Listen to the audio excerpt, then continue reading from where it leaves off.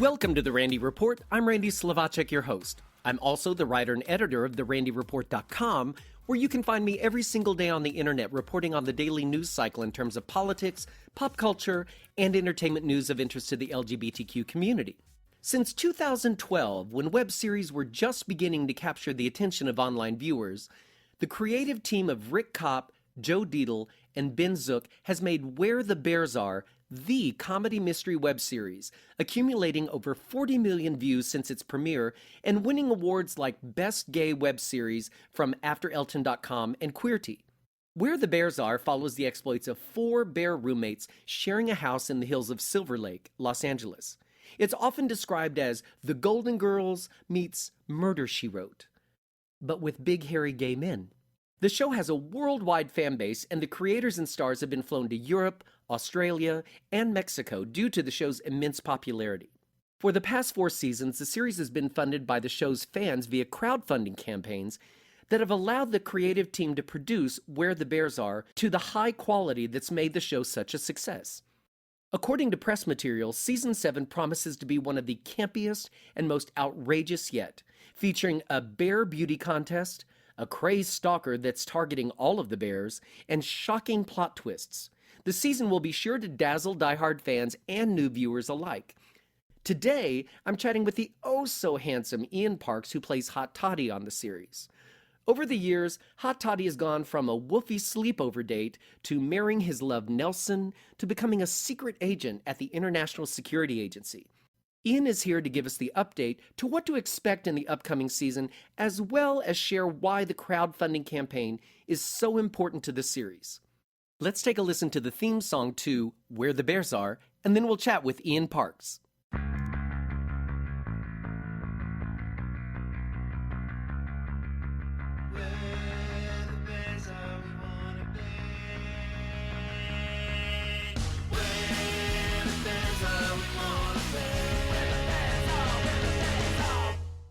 Ian Parks, how are you? I'm good. How are you? I'm awesome. I cannot believe that you guys at Where the Bears Are about to approach Season 7. Can you believe that you guys have been doing this since 2012? And so successfully. I know. Like on my Facebook page, on the On This Day feature, I was looking back through today, and a year ago we were fundraising for Season 6. 2 years ago we were fundraising for Season 4. 5 years ago we were filming Season 2, and it's just sort of like, oh my God, we've been doing this so long. But it's awesome. It was this totally unexpected ride that we've been on for the last 6 years, and hopefully if we make our Kickstarter goal, we'll be able to do Season 7, and it's kind of surreal. You've gone from waking up in Nelson's bed at the top of episode 1 to now you're like the hero of the season. You're a secret agent at the International Security Agency. You're the director now. Yeah. You're patching cut brake lines as a camper hurdles down the mountain with nipple clamps. Which is totally realistic, of course. Totally, of course. I mean, if you put it all while a porn scene is being shot in the back of the camper. Oh, of course. Stands to reason. As these things happen. It's still Rick and Joe and Ben, who have been with you from the beginning. They conceived the show back in 2012. Do they still surprise you with plot twists that they come up with? Does anything surprise you anymore? Not really. I mean, sometimes I haven't gotten the script for Season 7 yet. They said they'd be sending it any day, but I did get, at this point, I get to request stuff now, which is cool because we sort of talk each year. It's just like, what would you like to do next year if we get to do it next year? I had a couple suggestions for something that I wanted to do, which they incorporated into the script. And I also said, I want to make out with this certain cast member who I've never even gotten to do a scene with. Can you please write me a sex scene with that person? Awesome. And they obliged. I was so happy to find that was in there. How has making this series evolved over the years? Because, I'm a huge fan of web series. When you guys debuted in 2012, I had just discovered them. I think the world had just discovered them because they were still kind of a new thing. Right. I love them because a web series has like 8 to 12-minute episodes, perfect for my short attention span. And the other cool thing, though, that you guys do is if you buy the DVD of the season when it comes out, you guys actually shoot it so the whole series goes together into like a 2-hour movie that you can just hit play and watch the whole thing, right? Yeah, and there's also like when we shoot certain scenes, we shoot like the YouTube version and then the DVD version, and the DVD version is often Oh a little yeah. more explicit, Oh yeah. stuff that we can't show on YouTube. So that's always fun and interesting and a plus, and that's something we actively try to do. It's just like let's show something different in the DVD, give reason to people to go check it out, as well as all the bonus features and holiday specials and things like that. But the first year, man, if I go back and watch the first season now, it's like, man, this looks rough. Like compared to how it looks now, it's just like the first season was rough. Like the sound was less polished, the lighting was less polished. I even remember like we would be shooting season one, and it's just like, should we do another take of this? And it's just like, no, it's fine. And now we just do it until we get it right. You know, it's a credit to Ben, Rick, and Joe that they are able to take this modest budget and stretch it as far as they do. I mean, they're calling in every contact they have, every favor they've accumulated over their careers. They're pulling strings in every different direction to try and make this happen. So it's kind of miraculous to see it in action. But last year when we got usually the first week or so that we're shooting, it's a little rough, like we're getting back in the swing of things. Last year, like the first day, we were just like, okay, we know we got this. It's like this is a well-polished machine at this point, so let's just get on with it.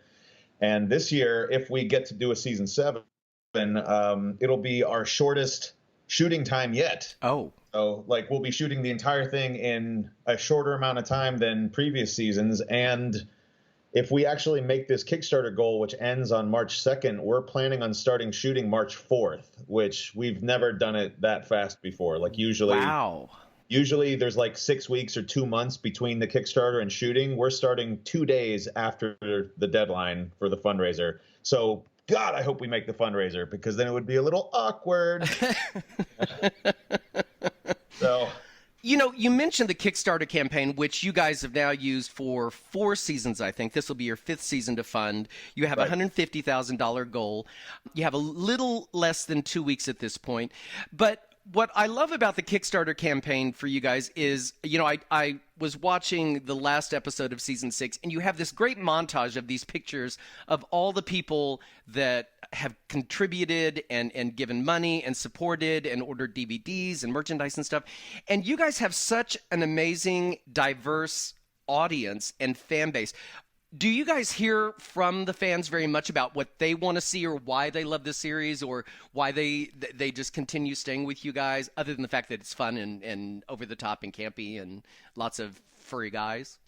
We always get suggestions about, oh, maybe there should be a storyline with these characters. Oh, you do? But yeah, we not to say that we don't listen to them, but it's like Star Wars fans. Like Star Wars fans want to see this, and if you don't give them this, then they don't like it. Like all this backlash over the latest one. So it's like, I like the latest one, but a lot of fans didn't. So instead of trying to listen to what people want to see, we try and show them what they don't know they want to see. Right. So we're always trying to do something new and take the characters in new directions. And actually, if we get to do season 7, the plot line that we've discussed so far, we get to see sides of the characters that we've never seen before. And I think after 6 full seasons going into a 7th, it's like you need to show new sides of these people, because you don't want it to get stale. You want to sort of explore new territories. So that's what we're always trying to do. And I understand the backdrop of the next season will be in Palm Springs with the Mr. Bear America contest. Yeah, we're doing something kind of cool. Like in the previous seasons, we always have a house, like the house where the characters live. That's like our home base.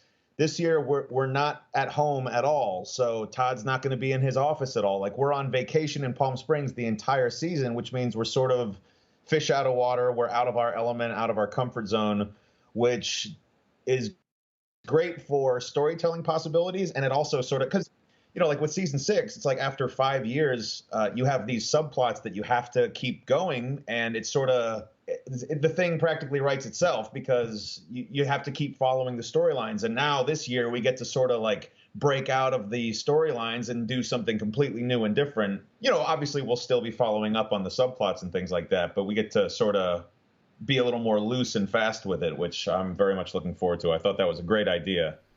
Oh, I do too. And for location, I think what a great place for you guys to be, because there's such a community in Palm Springs. You're going to have a lot of places you can shoot, I think. I think it's going to open up. I just think it's a great idea across the board. Yeah, apparently, like I was asking them about locations and things like that, and they said that everyone in Palm Springs, like we have a high saturation point in Palm Springs. Like a lot of people know the show, a lot of people know who we are. So when they call up a bar and ask if we could potentially shoot there, it's like an immediate yes, which is refreshing and nice. That I think maybe that's why it's happening so much faster this year, is because it's sort of like, oh, well, everyone is happy to have us. So let's just pick where we want to do this and let's get on with it. So we'll see how it goes. Well, I want to mention one more thing, because speaking of mysteries and solving the mysteries and everything, you actually solved a little bit of a personal mystery on Facebook yourself. Yes, you did, because you share with us on Facebook. We're friends on Facebook. I have no idea where this is going right now, by the way. People steal your photos all the time. They pretend to be you. This has been a source of irritation for you for so many years. And I saw recently, like a week or two ago, you actually were in contact with someone, and they had someone on like Growler or a dating app, and they were pretending to be you. And I think you like took a picture with the guy who helped you, and you sent it to the guy saying, "This is not you. This is me." Well, no, it was like I was in Palm Springs for IBC weekend. We were doing the screening of season 6 and promoting the Kickstarter. And this guy, I'm sitting in the lobby of the Hard Rock Hotel, and this guy comes up to me. He's just like, I was talking to someone on Growler. I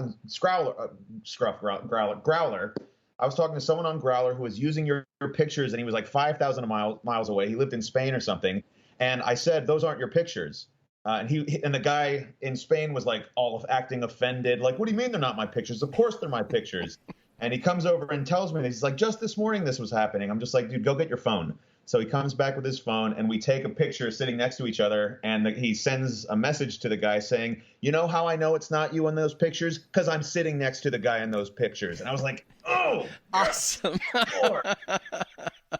I'm sure that person could care less and will continue to use my pictures. And it used to be a real source of aggravation. Like, it used to really bother me. And now it's just kind of funny at this point. Like, really? Another one? Like, I have a list that I keep whenever this happens. I keep track. I've been keeping track for years. I have documented over 250 instances of people stealing my pictures on various sites and apps, and it's just ridiculous. I just thought it was hysterical that you actually kind of busted someone like live in real time after all these years of people doing it. I just don't get it. Like, I don't get why someone would do that. I also don't get what they could possibly be getting out of it. And I don't get how they think it's in any way, shape, or form acceptable behavior. I don't get it. And I don't get why it happens to me. And it's just something that it more amuses me than bothers me anymore. So whatever. And that's how I took it at this point. But I thought it was fun for us to get to sharing that on Facebook. I got one. I was a little I was pleased with myself. I have to admit, I was just like, yes, that was almost scripted. It came out. So it was almost a hot toddy moment there. That's what you want to call it. I prefer to call it an Ian Parks moment. I'll give you that. Yes, absolutely. Yes. Well, thank you so much for having time to talk. I want to remind the listeners that you have until, I think the Kickstarter campaign ends March 1st at 9 p.m. Pacific time. March 2nd, I want to say. Okay. Well, either way, let's say March 1st and get the money faster. Yeah, we have 13 days at this point, and as always, thank you for taking the time to talk to us and help us plug this fundraiser. It's always a nail-biting fundraising experience trying to make this goal, so we appreciate the assist. Oh, absolutely. Hopefully, we'll be getting to work on season 7 in 16 days. I'm still a huge fan. I was watching the credits roll. I saw my name because I contribute every year. I want to make sure that I don't just watch. I contribute, and I want everyone to do so. Everyone, if you want to donate, the easiest way to get there is to go to wherethebearsare.tv. There will be a pop-up with a link to the Kickstarter campaign, and give some money to help these guys. It's fun, it's over the top, it's campy, and you get to see Hot Toddy be a secret agent now, and he's super hot. Anyway, thanks, Ian, for having time to chat. I know you guys are going to get the money. I'll be shaking the trees with you guys, and I look forward to season 7. Yeah, me too. We have some fun stuff. I'm any day now. I'm supposed to be getting the script, so I'm very much looking forward to diving into it and getting to work on this. Awesome. And again, thank you for your help, and thanks to all the people who have contributed to the Kickstarter, and thanks to all the people who are going to contribute. Please do so immediately. Right now. And we thank you. Yeah. Awesome. Thanks for chatting, Ian. Sure thing.